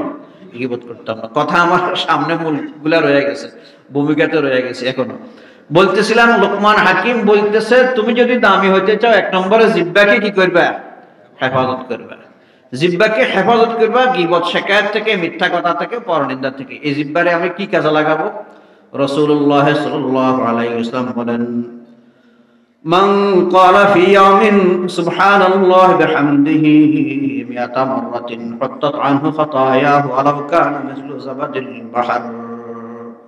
কোন ব্যক্তি যদি কোনদিন সুবহানাল্লাহি বিহামদিহি, সুবহানাল্লাহি বিহামদিহি, সুবহানাল্লাহি বিহামদিহি এরকম 100 বার বলে, রাসূল সাল্লাল্লাহু আলাইহি ওয়াসাল্লাম বলেন, সমুদ্রের পরিমাণ সম পরিমাণ যদি তার গুনাহ থাকে, এটা আমি মাফ করে দেব। আল্লাহ তাআলা মাফ করে দেবেন। আল্লাহ তাআলা এই গুনাহটা মাফ করে দেবেন। আমাদের কারো বয়স 50 বছর, কারো 60 বছর, কারো 70 বছর হয়েছে, অথচ এই হাদিসটা রাসূল বলে গেছে, জীবনে আমলটা আমার হয় নাই। কত লক্ষ লক্ষ লক্ষ মিনিট আমার প্রত্যেকটা দিন যায়, অথচ 2 মিনিট লাগে আমার এটা পড়তে। ডেইলি 2 মিনিট বা 3 মিনিট আমার ব্যয় হয়। সুবহানাল্লাহি ওয়া বিহামদিহি, সুবহানাল্লাহি ওয়া বিহামদিহি। কত দামি কথা। হযরত ইউসুফ আলাইহিস সালাম যখন মিশরের প্রধান হলেন, ত্রাণ নেওয়ার জন্য যখন মানুষ কাতারে দাঁড়ালো নেওয়ার জন্য, দূর থেকে মানুষ আসলো, ত্রাণ দিতেছে, রিলিফ দিতেছে, ত্রাণ দিতেছে, রিলিফ দিতেছে, মানুষ দিচ্ছে। ইউসুফ আলাইহিস সালাম নিজেও মাঝে মাঝে দিতেন। একটা লোকের যখন প্যাকেট দিতেছে, ত্রাণের প্যাকেট দিতেছে, সেই লোক কয় না আমারে আরো দিতে হবে, আমি 1 প্যাকেট নিতাম। তখন যারা দিতেছে এরা রাগ হয়ে গেছে যে সবার জন্য 1 প্যাকেট বরাদ্দ, এলাকায় দুর্ভিক্ষ, তোমারও ডবল দেবো কেন? কয় না, আমি আরো বেশি না হলে আমি নেব না। এই কথাটা তর্কাতর্কি হইতে হইতে ইউসুফ আলাইহিস সালাম পর্যন্ত পৌঁছে। ইউসুফ আলাইহিস সালাম কাছে আসলেন, বললেন, এই যুবক তোমার কি হলো? জনগণ 1 প্যাকেট নেয়, দেশে দুর্ভিক্ষ, আর তুমি বাড়াবাড়াই করছো। আমার পরিচয় যদি আমি দিতাম, তাহলে শুধু 1 প্যাকেট না, আমি যা বলি আপনি তা দিতে বাধ্য হবেন। ইউসুফ আলাইহিস সালামকে সর্বনাশ, লোকটা কয় কি? এমন পরিচয়ওয়ালা মানুষ কে? তুমি কে বলো, তোমার পরিচয় বলো। আমি এখন যুবক, তবে আমি সেই শিশু, যে শিশু আপনাকে যখন জুলেখা আপনার বিরুদ্ধে অপবাদ দিয়েছিল, আমি তখন কয়েক মাস বয়সের বাচ্চা ছিলাম, আমি আপনার পবিত্রতার সাক্ষী দিয়েছিলাম। সুবহানাল্লাহ। তো আমি আপনার পবিত্রতার সাক্ষী দিয়েছিলাম। আমি সেই শিশু। ইউসুফ আসলাম তাকে জড়ায় ধরলেন, কেঁদে ফেললেন। তাদের কেঁদে বললেন, এই লোকটা যা চায় তা দাও, যা চায় তা দাও, যে পরিমাণ চায় তা দাও। আল্লাহ তাআলা ওহীর মাধ্যমে ইউসুফকে বলে, ইউসুফ জীবনে তোমার ব্যাপারে একবার পবিত্রতার সাক্ষী দিয়েছে, সেজন্য তুমি তোমার ভান্ডার তার জন্য মুক্ত করে দিয়েছে, খুলে দিয়েছ। আমি আর হামুর রহিমিন, আমার কাছে তো রক্তের অভাব নাই, সম্পদের অভাব নাই। যে লোকটা ডেইলি আমার পবিত্রতার সাক্ষী দেয়, নামাজে নামাজের বাইরে সব সময় বলে সুবহানাল্লাহ সুবহানাল্লাহ, তার জন্য আমি কিরকম রত্ন ভান্ডার খুলে দিব, তার জন্য আমি কিরকম ধনভান্ডার খুলে দেব। সুবহানাল্লাহ। এই সুবর্ণ সুযোগ আমাদের আছে। বুখারী শরীফের শেষ হাদিস, রাসূলুল্লাহ সাল্লাল্লাহু আলাইহি ওয়াসাল্লাম বলেন, কালিমাতানি হাবিবাতানি লির রহমান, দুইটা বাক্য আল্লাহর কাছে খুব বেশি প্রিয়। খাফিফাতানি ফিল লিসান, উচ্চারণে খুব সহজ। সাকিলাতানি ফিল মিজান, অথচ পাল্লাতে অনেক ভারী। সুবহানাল্লাহি ওয়া বিহামদিহি সুবহানাল্লাহিল আযীম, সুবহানাল্লাহি ওয়া বিহামদিহি সুবহানাল্লাহিল আযীম। আমার বলার উদ্দেশ্য হলো, আমরা জিহ্বা দিয়ে তো বহুত গুনাহ করতে পারি, কিন্তু ইচ্ছা করলে জিহ্বাটা যদি হেফাজত করি, অনেক নেক আমলও আমরা করতে পারি। সকাল সন্ধ্যায় গাইতে, উঠতে, বসতে, চলতে যার জিহ্বা জিকিরে জারি হয়ে যাবে, তার অনেক লাভ হবে। এক নম্বর হলো, আলো জ্বলে উঠলে যেরকম অন্ধকার চলে যায়, তার যার জিহ্বাতে এরকম জিকির জারি হবে, সে জিহ্বা দিয়ে আর মিথ্যা কথা আসবে না, ওই জিহ্বা দিয়ে চগলখুরি আসবে না, পরনিন্দা আর আসবে না। আপনি সিএনজিতে বসে আছেন, মাইক্রোতে বসে আছেন, একজনের অপেক্ষায় আছেন, প্রত্যেক দিন আপনাদের 10 minute 5 minute 5 minute 5 minute 7 minute করে এরকম ডেইলি শত শত মিনিট আপনাদের এদিক সেদিক ব্যয় হয়, চলে যায়। যত ব্যস্ততার মধ্যে থাকেন, স্কুলে হোক, মাদ্রাসা হোক, কলেজ হোক, শিক্ষকতার মধ্যে হোক, দোকানে হোক, যে যেখানে আছে, প্রত্যেক দিন এই যে একজন অপেক্ষা করতেছি 5 মিনিট, এই যে একটু মোবাইলে একটা সার্চ দিচ্ছি 2 মিনিট, এই যে ছোট ছোট সময়গুলো আমাদের সব সময় হয়, এই সময় অটোমেটিক আপনার জবানে যদি জিহ্বাটা জিকির চালু হয়ে যায়, আপনার সময়টা আর অপচয় হবে না। এই সময় আমরা এগুলা করতে পারি। আমাদের বয়স যত বাড়ে, মুরব্বীরা যারা আছেন মনে কষ্ট নিয়েন না, বয়স যত বাড়ে মানুষের হাতের শক্তি দুর্বল হয়ে যায়, চোখের জ্যোতি কমিয়া যায়, পায়ের শক্তি দুর্বল হয়ে যায়। আগের মতো গোল্লাসুট হাডুডু আর খেলতে পারে না, নারকেল গাছ উঠে আর ডাব পাড়তে পারে না। আল্লাহ তাআলা যে শক্তি তার কমায়া দিছে, এটা আল্লাহর রহমত। তবে ওই সময় আল্লাহ তাআলা তার ঠোঁটের শক্তি বাড়ায় দিছে, জিহ্বার শক্তি বাড়ায় দিছে। অন্যান্য অঙ্গ প্রত্যঙ্গগুলো দুর্বল হইলেও ঠোঁট আর জিহ্বা ঠিক আছে। আল্লাহ যেন বলতে চায় যে, বান্দা তোমার সব দুর্বল আমি করে দিছি, তুমি আমার কাছে ক্রমান্বয়ে আসতেছো দুনিয়া ছাড়ে, তোমার জিহ্বার শক্তি আমি এখনো ঠিক রাখছি, ঠোঁট ঠিক রাখছি, যাতে করে তুমি আমার বেশি বেশি করে জিকির করতে পারো। কিন্তু আমরা যখন বয়স যত বাড়ে, তত আমরা উল্টা করি। তাহলে জিহ্বাটাকে আমরা হেফাজত করি, ভালো কাজে লাগাবো তো ইনশাআল্লাহ। কথা সামনে রয়ে গেছে, সংক্ষেপ করে আসছি। লোকমান হাকিম বলছে, 1 নম্বরে তুমি তোমার জিহ্বাকে হেফাজত করবা, 2 নম্বরে তুমি তোমার চক্ষুকে হেফাজত করবা। কিসের হেফাজত করবো? চোখের। চোখ খুব খারাপ জিনিস, একবারে শয়তানের প্রথম তীর চোখ। চোখ খুব জঘন্য জিনিস, আল্লাহ তাআলার দেওয়া এটা বড় একটা নেয়ামত, বড় একটা নেয়ামত। জিহ্বা দিয়ে যেরকম নেক কামাই করা যায়, গুনাহ কামাই করা যায়, চোখ দিয়েও নেক কামাই করা যায়, গুনাহ কামাই করা যায়। চোখ দিয়ে ইচ্ছে করলে এমন দিকে তাকাইবেন যেটা সারাদিন বসে বসে এরকম মনের ভিতরে আনবেন আর কল্পনা করবেন, আর মনের সুরে গান গাইবেন, আর পরবর্তীতে যোগাযোগ করবেন। খারাপ দিকে আপনি চলে যাবেন। চোখ দিয়ে এমন কিছু করা যায়, কারণ চোখ সাধারণ চোখ দিয়ে আমরা শুধু দেখি এটা না, চোখ এটা চোখ দিয়ে কোনো জিনিস দেখার সাথে সাথে চোখে যে ফ্লাশ মারে, নেগেটিভটা সাথে সাথে ব্রেনে আর হার্টের ভিতরে সেভ করে রাখে। এটা হলো চোখের দায়িত্ব। আপনারা যিনি জীবনে যা দেখছেন, যত আকর্ষণীয় সুন্দর জিনিস যিনি জীবনে যা দেখছেন, আপনি এখন চিন্তা করলে এখনো বসে বসে এখানে দেখবেন, ওটা আপনার ব্রেনে চলে আসবে, মেমোরিতে চলে আসবে, অন্তরে চলে আসবে, এটা সেভ হয়ে আসে। জিহ্বা চোখেটারে ছবি উঠে সেভ করে রাখছে এখানে, এটা চোখের দায়িত্ব। এই জন্য কোনো বেগানার দিকে তাকাইলে, যেদিকে তাকানো শরীয়তে নিষেধ, এদিকে তাকাইলে এটা মনের ভিতরে কল্পনা আসবে। তারপরে একা একা যখন হবে, যুবক ভাইয়েরা তখন কল্পনা করবে, ওই যুবতী মেয়েও কল্পনা করবে, যুবক ভাইও কল্পনা করবে, কি যেন এটা দেখলাম, কিছুর থেকে কি হয়ে গেল। এরপরে একা একা ভালো লাগা না, এরপরে শুরু হয়ে গেল তার রিলেশন, কানেকশন, এরপরে খারাপ দিক, এরপরে অন্যান্য দিক। এটা চোখের এই খারাপ দিক। অথচ এই চোখ দিয়ে আমি নেক কামাই করতে পারি। রাসূলুল্লাহ সাল্লাল্লাহু আলাইহি ওয়াসাল্লাম বলেন, মা মিন ওয়ালাদিন বারিন ইয়ানজুরু ইলা ওয়ালিদাইহি নাযরাতা রাহমাতিন, কোন নেককার সন্তান যখন তার মায়ের চেহারার দিকে, বাবার চেহারার দিকে শ্রদ্ধার দৃষ্টিতে, দয়ার দৃষ্টিতে তাকায়, প্রত্যেক তাকানোর সাথে সাথে আল্লাহ তাআলা তার আমল নামায় কবুল হজের সওয়াব আল্লাহ তাআলা লিখিয়ে দেন।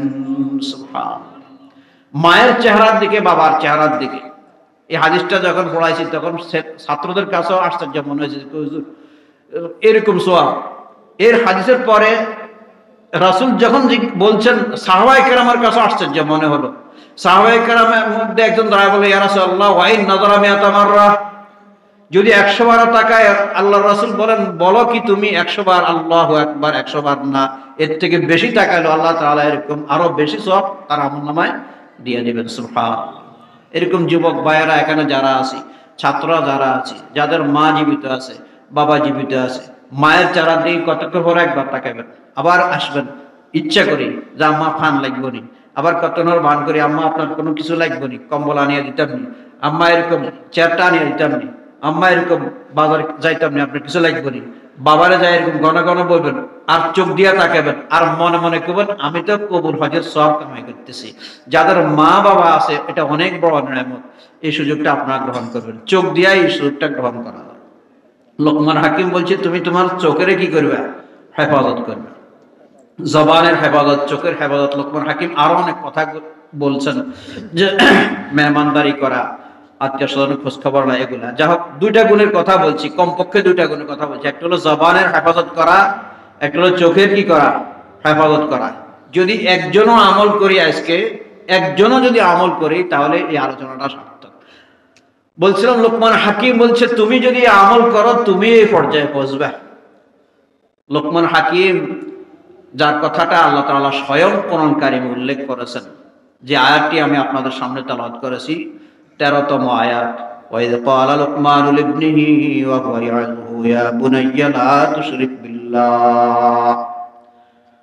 লোকমান হাকিম যখন বললেন, ইয়া বুনাইয়া, ও প্রিয় বৎস, ও আমার প্রিয় ছেলে, লা তুশরিক বিল্লাহ, ইন্নাশ শিরকা লাযুলমুন আযীম। খবরদার, খবরদার, শিরক করিও না, শিরক করিও না, শিরক করো না। ইন্নাশ শিরকা লাযুলমুন আযীম, নিশ্চয় সবচেয়ে মারাত্মক অপরাধ, সবচেয়ে ভয়াবহ গুনাহ হলো শিরক। এর থেকে বড় গুনাহ আল্লাহর কাছে নাই। তাহলে এখানে লোকমান হাকিম একটা আয়াতের ভিতরে কতগুলা কথা আল্লাহ তাআলা ঢুকাই দিয়েছেন। দাওয়াত ও তাবলীগের মূল নীতি কি হবে? সুন্দর করে বলতে হবে। ছেলেকে বলছে, ইয়া বুনাইয়া, ও আমার প্রিয় ছেলে, প্রিয় বৎস। কাউকে যখন দাওয়াত দিবে তখন সুন্দর ভাষায়, সাবলীল ভাষায়, নরম ভাষায় বলতে হবে। বাবারা যারা চড়ুয়া মেজাজ দিয়া, কটাক্ষ করিয়া, এরকম খারাপ ভাষায় যদি ছেলেকে বলে, তাহলে ছেলেরা এটা গ্রহণ করবে না। বলতে হবে সুন্দর ভাষায়, সুন্দর ভাষায়, যাতে করে সুন্দর কথার কারণে ছেলে যেন মুগ্ধ হয়ে যায়। এই কথাটা আল্লাহ তাআলা এখানে শিখিয়েছে। 2 নম্বরে, প্রত্যেক মা বাবার দায়িত্ব হলো সন্তানকে তাওহীদ শিখানো, ইসলাম শিখানো। আমরা অনেকে অনেক কিছুর দাওয়াত দিই। দাওয়াতের 1 নম্বর কাজ শুরু হবে তাওহীদ থেকে, যে আল্লাহ এক, তার সাথে আর কোনো শরীক নেই। কত কিছুর দাওয়াত দিব, 1 নম্বরে দাওয়াত হলো তাওহীদের দাওয়াত হবে, ইয়া বুনাইয়া লা তুশরিক বিল্লাহ।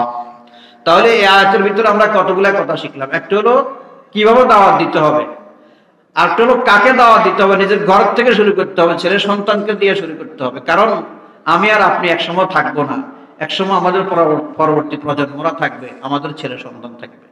আল্লাহ তাআলার অসীম রহমত, অসীম দয়া হলো, আমি আর আপনি যখন কবরে চলে যাব, অন্ধকার কবরে যাওয়ার পরে আমরা যখন যাব, আমাদের নেক আমলও বন্ধ হয়ে যাবে। কিন্তু আল্লাহর দয়াটা কত দেখেন, সেটি হলো মানুষ যখন কবরে যাবে, তার নেক আমল বেশি হবে নাকি বদ আমল বেশি হবে, এটা কবরে ওজন করা হবে না। এটা কবরে ওজন করা হবে না। ফেরেশতারা আসবে কবরে, আল্লাহ যেন ফেরেশতাদেরকে বলতে যায়, ও ফেরেশতারা, আমার বান্দা কি আমল করে আসছে আর না আসছে, নেক আমল বেশি নাকি বদ আমল বেশি, এটা তোমাদের দেখার বিষয় না, এটা আমার আর আমার বান্দার ব্যাপার, এটা আমি হাসর ময়দানে দেখব। এই জন্য মানুষের নেক আমল বেশি নাকি বদ আমল বেশি, এটা ওজন করা হবে কোথায়? হাসর ময়দানে। কবরে কেন করা হবে না? এটা আল্লাহ তাআলার একটা বিশাল বড় দয়া। আল্লাহ যেন বন্দাকে একটা সুযোগ করে দিলেন যে এই বন্দা দুনিয়াতে 60-70-80 বছর হয়তো নেক আমল যা করেছে এটা মাফ পাওয়ার জন্য যথেষ্ট নয়, নাজাত পাওয়ার জন্য এটা যথেষ্ট নয়। হয়তো সে গুনাহের বোঝা নিয়ে কবরে গেছে, কিন্তু যাওয়ার সময় সে এমন ব্যবস্থা করে আসছে, তার যোগ্য উত্তরসূরি রেখে আসছে, ছেলেরে কোরআন শিখে আসছে, এক মাদ্রাসায় ছাত্র দিয়ে গেছে, তাকে সহযোগিতা করে আসছে, সদকায়ে জারিয়ার ব্যবস্থা করে আসছে, তার ছেলেরা তার আত্মীয় স্বজন প্রতি মাসে প্রতি নামাজের সময় প্রতি মাসে প্রতি সপ্তাহে তার কবরে এরকম বিকাশ পৌঁছাইতেছে নেক আমল জারি হয়ে গেছে তার কবরে পৌঁছতে। এই গুনাহগার লোকটা হাসরের ময়দানে যখন উঠবে তখন দেখা যাবে তার নেক আমল পাল্লা অনেক বিশাল হয়ে গেছে। এটা হলো আল্লাহ তাআলার অসীম একটা দয়া, অসীম একটা রহমত বন্দাকে সারাই দেওয়ার জন্য।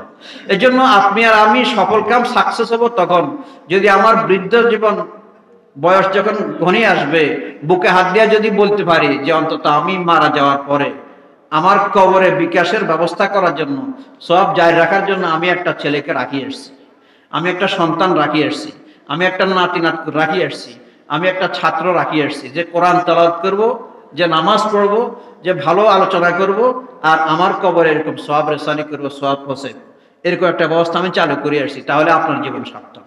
কিন্তু আমরা তো সেটা না করি, ছেলের বিশাল একটা মোবাইল কিনে দিছি, টেলিভিশনের ব্যবস্থা করে গেছি, বস ছেলে ওগুলা নিয়ে আসে, আর আমার কবর এরকম গুরহাটটা এরকম জারি হয়ে গেছে, উল্টা হয়ে গেছে।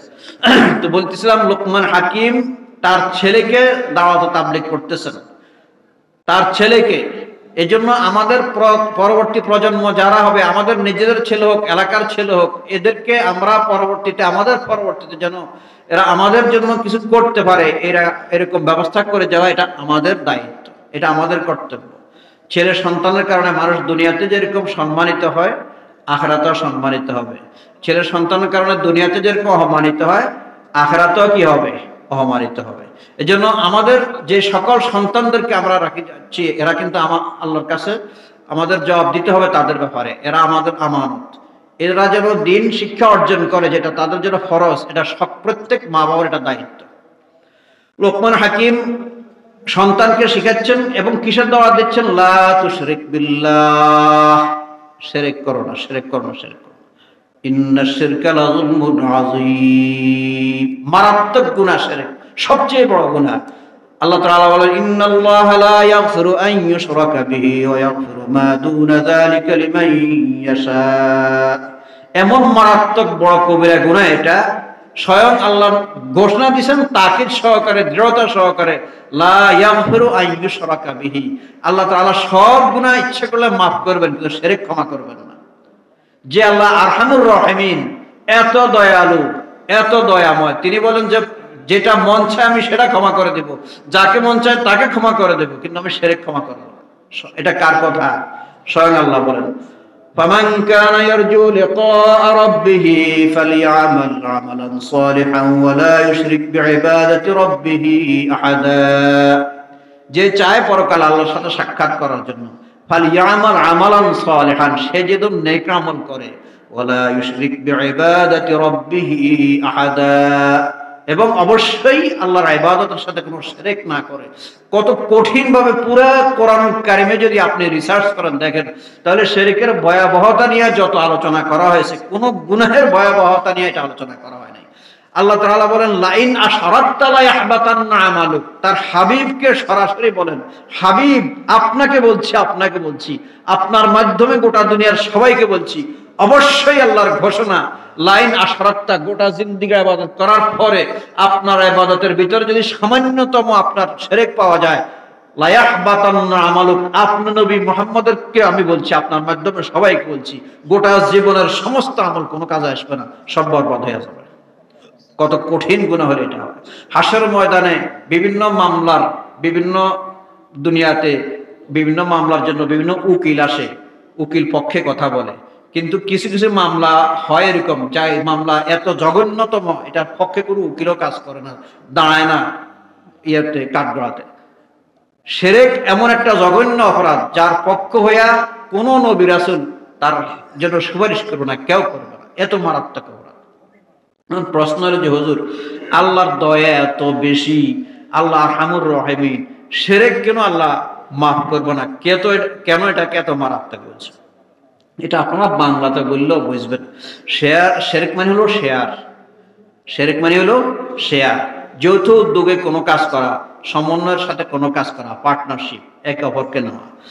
এখন মনে করেন আপনাদের এই লামচর এলাকায় যদি, এখন তো কোনো এমপি নাই, মনে করেন যদি নির্বাচিত কোনো এমপি এখানে আসে, তাকে আপনারা প্রধান মেহমান হিসেবে দাওয়াত দিলেন। এখন এমপি সাহেবের জন্য যেরকম একটা চেয়ার সাজালেন, তোয়ালিয়া দিলেন, একবারে সুন্দর করে এমপি সাহেব তিনি প্রধান মেহমান, তার জন্য যা করছেন, পাশে আরেকটা চেয়ার রাখছেন। এই এমপি সাহেবের যে চাকর, পিএস বা এলাকার যে চৌকিদার, এ লোকটারও অবিকল ওইরকম একটা চেয়ার দিলেন। এমপি সাহেবের যেরকম তোয়ালিয়া দিলেন তাকেও এরকম দিলেন, এমপি সাহেবকে যেরকম ফুলের মালা দিলেন তাকেও এরকম একটা ফুলের মালা দিলেন। এবার আপনারা বলেন এমপি সাহেব এটাকে মানে নিবনি? আপনার মাইকের সমস্যা মানে নেবে, লাইটিং এর সমস্যা মানে নেবে, অন্যান্য কাজে ভুল হলে মানে নেবে। কিন্তু যদি এই কাজটা করে, এলাকার কোনো চেয়ারম্যানের কোনো মেম্বারের কারো চাকরি থাকবে না, সকলের উপরে এমন রাগান্বিত হবে এমপি সাহেব, এলাকার সমস্ত উন্নয়ন বন্ধ করে দেবে। এটা আমাকে ডাইরেক্ট আহ্বান করা হয়েছে, এটা যে আমারে যেরকম মালা দিছে তারও এরকম দিছে, আমারে যেরকম চেয়ার দিছে তারও এরকম চেয়ার দিছে। আল্লাহকে আমি আহকামুল হাকিমিন, আমি আরশের মালিক, কুল কায়নাতের মালিক, নিরঙ্কুশ ক্ষমতার অধিকারী, যা ইচ্ছা আমি তাই করি। বান্দা তুমি সব কিছু করতে পারো, আমার সাথে কারো তুলনা করিও না, আমার সাথে কাউকে শরীক করো না, এটা আমি মান নিতে পারবো। আর দুনিয়ার এমপি সাহেব আর চেয়ারম্যান তো কাছাকাছি দুইজন মাখলুক, কিন্তু আল্লাহ তাআলা তো খালেক, সৃষ্টিকর্তা, নিরঙ্কুশ ক্ষমতার অধিকারী, যা ইচ্ছা তাই করেন, কারো থেকে কোনো হাওলাত নিতে হয় না। খেজুর গাছের, এখন শীতকাল, খেজুর গাছের মাথায় পানি, রস পড়ে। নারকেল গাছ কত উঁচু, নারকেল গাছের মাথায় ডাব, অথচ কলের পাইপ গাড়াইছে 30 ফুট 40 ফুট, পানি নাই।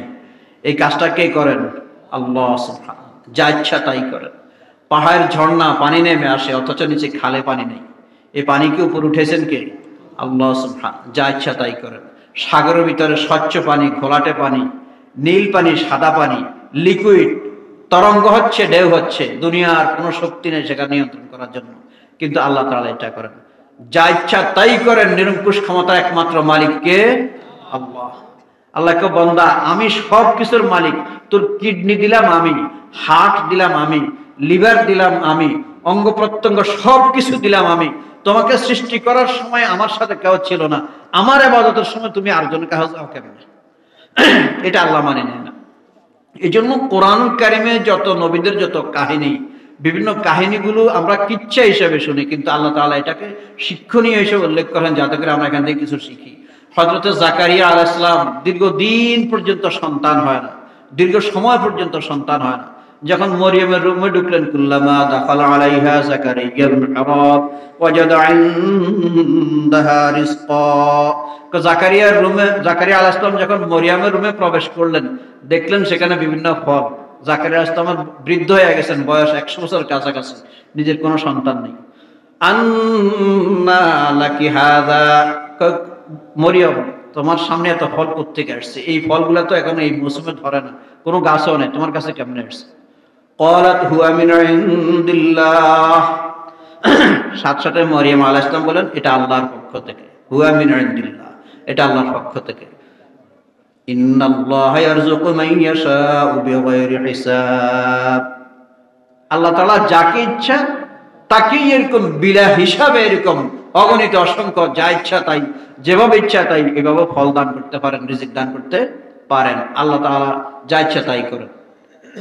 গাছে ফল নাই, এই ফলের মৌসুম নাই, আল্লাহ তাআলা কুদরতিভাবে মরিয়মের সামনে পাঠিয়ে দিলেন। এটা দেখে জাকারিয়া আলাইহিস সালামের মনের ভিতরে একটা আবেগ সৃষ্টি হলো। সাথে সাথে মসজিদে যাইয়া 2 রাকাত নামাজে দাঁড়ায় গেল, সেজদা যায় কান্না শুরু করে দিল। কান্না শুরু করছে যে আল্লাহ তুমি এমন, আর এমন রব, এমন নিরঙ্কুশ ক্ষমতার অধিকারী, তুমি মৌসুম ছাড়া ফল দিতে পারো, গাছ ছাড়া ফল দিতে পারো। আমি আর আমার স্ত্রী আমরা বৃদ্ধ আর বৃদ্ধ হয়ে গেছি, আমাদেরকেও তুমি মৌসুম ছাড়া ফল দিতে পারো, সন্তান দিতে পারো, যা ইচ্ছা তাই করতে পারো। হুনালিকা দাআ জাকারিয়া রাব্বাহু ক্বালা রাব্বি হাবলি মিন লাদুনকা যুররিয়াতান তাইয়্যিবাহ। ওই জায়গায় হযরতে জাকারিয়া দাঁড়ায় নামাজ পড়া শুরু করলেন, আল্লাহর কাছে সন্তান চাইতে শুরু করলেন, যা আল্লাহ আমাকে সন্তান দান করো। সালাম ফিরানো শেষ, ফেরেশতারা নিয়ে আসছে যে ইন্নাল্লাহা ইউবাশশিরুকা বিগুলামিন ইসমুহু ইয়াহইয়া, যে জাকারিয়া আর চিন্তা করো না, তোমার দোয়া আরশে পৌঁছে গেছে, আল্লাহ কবুল করেছে, তোমাকে একটা সন্তান দিবে, সন্তানের নামও আল্লাহ রেখে দিয়েছে, তার নামও ইয়াহইয়া। কাহিনী অনেক লম্বা, বলা উদ্দেশ্য হলো আমাদের সমাজে মানুষ, একটা লোক যখন বিয়ে করে, বয়স যখন 10 বছর হয়, বিয়ে করেছে 10 বছর হয়ে গেছে, 12 বছর হয়ে গেছে, স্বামী স্ত্রী সন্তান হয় না, তখন প্রথমে একটু চেষ্টা করে, তদবির করে, এরপরে না পারলে কি করে, ওই খুলনা চলে যায় কচ্ছপের কাছে, আমরা কুমিরের কাছে, এরকম চিটাং চলে যায় গাছের ভিতরে এরকম সুতা বাঁধে, সিলেটে চলে যায় গজার মাছের কাছে। এখন ওই গজার মাছ আর কচ্ছপ আর কুমির গুলা এরা মনের আনন্দে খই খায়, মুরগি খায়, অনেক কিছু খায়, মান্যতের অনেক কিছু খায়, মানুষের দেয়। আর আশেপাশে বনি আদম মানুষগুলো, টোকাইগুলো, হতদরিদ্র গরিবগুলো আকাশের দিকে তাকায়, হারে আল্লাহ, আমার যদি আশরাফুল মাখলুকাত মানুষ না বানায়, এখানের কচ্ছপ আর এখানের কুমির বানাইতা, তাহলে আমি এরকম খাইতে পারতাম। ওদের অভিশাপ হতো তার সন্তান আরো আগে যা হওয়ার কথা ছিল এটাও হইতো। এখন সন্তান দেওয়ার মালিক হয়েছে কুমিরে, সন্তান দেওয়ার মালিক হয়েছে কচ্ছপে, সন্তান দেওয়ার মালিক হয়েছে গদার মাছ। নাউযুবিল্লাহ বলেন। ইন্নাশ শিরকা লাযুলমুন আযীম। আবার কেউ যায় খাজারে তোর দরবারে, কেউ ফিরে না খালি হাতে, আরে কেউ ফিরে তো গাজা হাতে, কেউ ফিরে তো বাবা হাতে, বুঝেনি? কেউ খালি হাতে হয় না, কেউ গাজা, কেউ মদনে ফিরে। আচ্ছা, এই যে যারা কবরে চলে গেছেন, মারা গেছেন, তারা হয়তো আল্লাহর ওলি, কিন্তু তিনি ওই আল্লাহর ওলি, তিনিও তো তারকে বানাইছে, তাকেও তো আল্লাহ বানাইছে, তিনিও তো আল্লাহর দয়ার প্রতি মুহতাজ। উনি কেমনে সন্তান দিব? সন্তান দেওয়ার মালিককে, রিজিকের মালিককে, অসুখ হলে ভালো হওয়ার মালিককে, ভালো করার মালিককে আল্লাহ। এই কথাগুলো আল্লাহ তাআলা বুঝাইছে। কিন্তু আমরা তো এইভাবে আমাদের সমাজে অহরহ শিরক। হযরত আইয়ুব আলাইহিস সালাম দীর্ঘ বছর পর্যন্ত অসুস্থ, দীর্ঘ সময় অসুস্থ। ওয়া আইয়ুব ইয নাদা রাব্বাহু রাব্বি আন্নী মাসসানিয়াদ দুররু ওয়া আনতা আরহামুর রাহিমিন। দীর্ঘ বছর অসুস্থ হওয়ার পরে যখন তার জিহ্বার ভিতরে পোকা শুরু করলো, কয় আল্লাহ, আমার জিহ্বা যদি পোকা আক্রমণ করে, আমি তোমার জিকির করবো কে দিয়া? আল্লাহ তাআলা তার দোয়া কবুল করছেন, তাকে সুস্থ করে দিয়েছেন। আমরা লম্বা কাহিনী হিসাবে শুনি, কিন্তু শিক্ষণীয়টা কি? আমি যখন বিপদগ্রস্ত হব, অসুস্থ হব, তখন আমাকে ভালো করার মালিক কে? আল্লাহ। চাইবো কার কাছে? আল্লাহর কাছে। ইউনূস আলাইহিস সালাম যখন মাছের পেটে, অন্ধকার, রাতের অন্ধকার, পানির অন্ধকার, মাছের পেটের অন্ধকার, গভীর অন্ধকার, দুনিয়ার কোনো মোবাইল নেটওয়ার্ক যেখানে কাজ করে না, এমন গভীরই কষ্টে পৌঁছে গেছেন। ইউনূস আলাইহিস সালাম কি মানত করছে? কোন মাজানে মানত করছে? কার কাছে চাইছে? লা ইলাহা ইল্লা আনতা সুবহানাকা ইন্নী কুনতু মিনাজ জালিমিন। লা ইলাহা ইল্লা আনতা সুবহানাকা ইন্নী কুনতু মিনাজ জালিমিন। আয় আল্লাহ, তুমি ছাড়া আর কোনো ইলাহ নাই, তুমি মহান, তুমি পবিত্র, আমি নফসের উপর জুলুম করেছি। শেষ পর্যন্ত আল্লাহ তাআলা ইউনূস আলাইহিস সালামকে উদ্ধার করছেন, করছে। এই যে ইউনূস আলাইহিস সালামের কথা বললাম, আইয়ুব আলাইহিস সালামের কথা বললাম, জাকারিয়া আলাইহিস সালামের কথা বললাম, এগুলা কাহিনী হিসাবে শোনা উদ্দেশ্য না। উদ্দেশ্য হলো সবকিছুর মালিক হলেন একমাত্র আল্লাহ, রিজিকের মালিক একমাত্র আল্লাহ। কেমনে আসবে কল্পনা করতে পারতেন না। ওয়া ইয়াত্তাকিল্লাহ ইয়ারযুকহু মিন হাইথু লা ইয়াহতাসিব। যে আল্লাহকে ভয় করবে, আল্লাহ কয় এমন ভাবে তাকে আল্লাহ রিজিক দিবে, সে হিসাবও করবে না, তার কল্পনা তো আসবে না কেমনে আসবে। আজকে হলো শনিবার দিবাগত রাত্র, কেমন? আজকে শনিবার দিবাগত রাত্র না, গতকাল ছিল শুক্রবার, গতকালকের আগের রাত্র, মানে বৃহস্পতিবার দিবাগত রাত্র, আজকে রাত্রের আগের রাত্র। এক লোক সন্ধ্যা 7টার সময় আমার বাসায় আসছে। উনি সাউথ আফ্রিকায় থাকে। একটা উদাহরণ দিয়ে বলছি, বাস্তব কথা বলছি। আমার বাসায় আসি, বলছে যে হুজুর আজকে রাত্রে ফ্রি আছেননি, কোথাও মাহফিল টাফিল আসেননি, মানে ফ্রি আছেন? আমি বললাম হ্যাঁ, আজকে রাত্রে সম্পূর্ণ ফ্রি আছে। তো তাহলে আমি জাস্ট 9টার সময় আবার আসবো, আপনার সাথে একটু কাজ আছে, আমার একটু সারপ্রাইজ দিবে সে। বরাবর 9টা আবার আসবে বলছে। তো বরাবর আবার 9টায় আসছে লক্ষ্মীপুর বাসায়। আসি, বলছে হুজুর আপনি তো আজকে ফ্রি আছেন? আমি আসি। তাহলে একটু বাইরে আসেন, আপনাকে নিয়ে এক জায়গায় যাবো। তো আমি বাইরে গেলাম, দেখলাম ও কার রেডি আছে, কার নিয়ে আসছে। ও আমাকে নিয়ে কোথায় যাবে? তো আমি বললাম কোথায় যাবো? আমার একটা খেজুর বাগান করছে, এটা দেখাইতে নেব। একটা খেজুর বাগান করছে, এটা দেখাইতে নেবে। তো যাইতে যাইতে রাত্র প্রায় 10:30 হয়ে গেছে। বিশাল খেজুর বাগান সে করছে। ও গাড়িতে করে একটা বড় কলসিও নিয়ে গেছে। এরপরে আমার সামনে ছোট ছোট খেজুর গাছ রস নিতেছে। রাত্রে তখন 10:30 পৌনে 11টা বাজে। আমাকে দেখায় নিচ্ছে যাতে কোনো কোনো সন্দেহ না থাকে। সব গাছ থেকে খেজুর রস নিতেছে। আবার গাড়িতে উঠালো। আমি কল্পনাও করি না কি করতেছে সে। আমি ভাবছি আমার বাগান দেখাতেছে। ওই গায়ে নিয়ে আবার আমার বাসায় আসছে। আসি কলসিটারে আমি রাজি ছিলাম না, একবার জোর করি দরজার ভিতর রাখি, হুজুর আপনাকে একটা সারপ্রাইজ দিলাম, মানে আমি আপনাকে নিয়ে গেলাম, দেখালাম রসটা কোত্থেকে নিলাম, আবার এটা আপনার জন্য আমি আনছি, মানে আমার বাগানের রস খাঁটি, আপনার সামনে পারছি, আপনার বাসা আমি পৌঁছে দিছি। এই জন্য আমার বলা যেটা উদ্দেশ্য, আমার জীবনে কি কখনো কল্পনা ছিল, বা যখন যাই তখনও কল্পনা ছিল নি এই লোকটা আমার এরকম রস এভাবে আনিয়ে দিব? কল্পনা ছিল নি? ছিল না। বিবি সহ তখন আলোচনা করলাম, হ্যাঁ রিজিকের মালিক আল্লাহ তাআলা। মানুষ আমি আপনি রিজিকের দিকে যে গতিতে দৌড়ি, আমি হাঁটিয়া যাই অথবা আমি দৌড়িয়ে যাই, এতটুকু আমার গায়ে শক্তি কত। আর রিজিক আমার দিকে কত স্পিডে, কত দ্রুত গতিতে আসতেছে। কোন রিজিক আসতেছে বিমানে করিয়া বিদেশ থেকে, কোন রিজিক আসতেছে রেলগাড়িতে করিয়া, কোন রিজিক আসতেছে বাসে করিয়া, ট্রাকে করিয়া, লঞ্চে করিয়া, জাহাজে করিয়া। আরে সাগরে ইলিশ মাছ, নৌকায়, জাহাজ, লঞ্চে আমার দিকে খুব দ্রুত আসতে আছে। রসুন পেঁয়াজ গুলো আসতে আছে এরকম ট্রাকে ট্রাকে বিভিন্ন জায়গা থেকে। আঙ্গুর ফল, বেদানা, আনার বিভিন্ন দেশ থেকে বিমানে করে আসতে আছে। আমি যদি কোনো মরু অঞ্চলে দাঁড়াইতাম তখন দেখতাম বুলেটের মতো গোটা পৃথিবী থেকে রিজিক গুলো আমার দিকে আসতেছে কিরকম। কিন্তু কল্পনাও করি না রিজিকের পিছনে আমি দৌড়ে, অথচ রিজিকটা আমার পিছনে দৌড়ে। মালিক কে? আল্লাহ। আমার বলার উদ্দেশ্য হলো আল্লাহ যেন বন্দারে বলতেছেন, বন্দা নিরঙ্কুশ ক্ষমতার মালিক আমি, রিজিক দাতা আমি, সবকিছুর মালিক আমি, আমার সাথে কাউকে শরীক করিও না। এটা আমি মানতাম না। অন্যগুলো আমি মাফ করে দিব তোমাকে, যদি তুমি আমার কাছে মাফ চাইতে পারো। এখন আপনাদেরকে কেউ হয়তো বুঝাইবে যে হুজুর কি বলেন, আমাদেরকে অমুক পীরের মুরিদেরা আসি বুঝায় যে বড়জনের কাছে যেতে হলে মাধ্যম লাগে, প্রেসিডেন্টের কাছে যাইতে হলে মাধ্যম লাগে, মন্ত্রীর কাছে যাইতে হলে মাধ্যম লাগে। তো আল্লাহ তাআলার শাহানশাহ এত বড়, তার কাছে যাইতে হলে একটা ওসিলা লাগবে, অমুক অমুক বুঝায়। এই জন্য না আমরা এটা করি। এবার বোঝেন, আমাদের দেশে কোনো মন্ত্রী, মিনিস্টার, প্রেসিডেন্ট, সরকার, এরকম পৃথিবীর বিভিন্ন দেশে এরা দুনিয়াতে যারা বড় হয় তাদের কাছে যাতে মাধ্যম লাগে, এটা আমিও স্বীকার করি। এখন মাধ্যম লাগে কেন?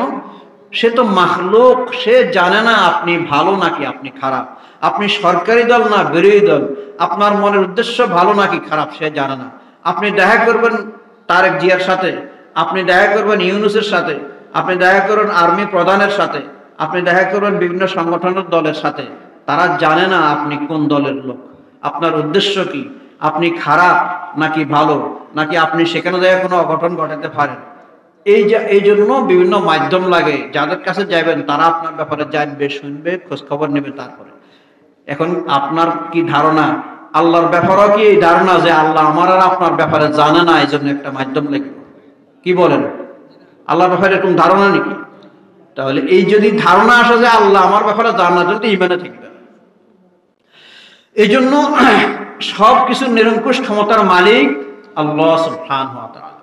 মানুষ দুনিয়াতে পার্টনারশিপে কাজ করে কখন? যৌথভাবে কাজ করে কখন? যখন সে যে কোনো কারণে দুর্বল হয়, আর্থিক দুর্বল, টাকা পয়সা কম, সম্পদ নাই, ক্ষমতা নাই। আপনাদের এই তালতলা থেকে হালিমা দিঘির পা পর্যন্ত রোড এটা হবে, আপনি কন্ট্রাক্টরে নেবেন, সরকারিভাবে ঘোষণা করা হলো রোডের জন্য, আপনি কন্ট্রাক্টরে নেবেন, আপনার দরকার 2 কোটি টাকা, আপনার কাছে আছে 1 কোটি টাকা, কিন্তু কাজটা নিলে আপনি বিশাল লাভবান হবেন। আছে আপনার কাছে 1 কোটি, দরকার কয় কোটি? 2 কোটি টাকা। তখন আপনি আরেকজন শিল্পপতির কাছে যান, দোস্তের কাছে যান, দোস্ত এই কাজটা নেব আমি আর তুমি, ভাগ করে নেব, লাভ 50-50, অনেক লাভ হবে।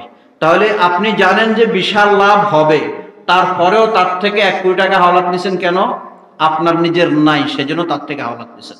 এখন আপনারা বলেন যে আল্লাহর ব্যাপারে কি আপনাদের ধারণা যে আল্লাহর সম্পদের অভাব আছে, এই জন্য তার সাথে শিরক করা লাগবে? লাগবে না। আল্লাহর জ্ঞানের অভাব আছে, আল্লাহর ক্ষমতার অভাব আছে? নাউযুবিল্লাহ। নিরঙ্কুশ ক্ষমতার একমাত্র মালিক কে? আল্লাহ। এই জন্য আল্লাহ যেন বান্দারে বলেন, বান্দা লাউ বালাগাত যুনুবুকা আনাস সামা'i সুম্মা ইস্তাগফারতানি, গুনাহ করতে করতে করতে যদি তুমি আসমানের কিনারায় কিনারায় পরিপূর্ণ করিয়া দাও, সুম্মা ইস্তাগফারতানি, এরপরও যদি আমার কাছে ক্ষমা চাও, গফারতুকা ওয়ালা উবালি, আমি তোমার জিন্দেগীর সব গুনাহ মাফ করে দেব। আমি কাউকে পরোয়া করি না, কারোর কাছে আমার জিজ্ঞাসা করা লাগবে না, জবাব দিতে লাগবে না।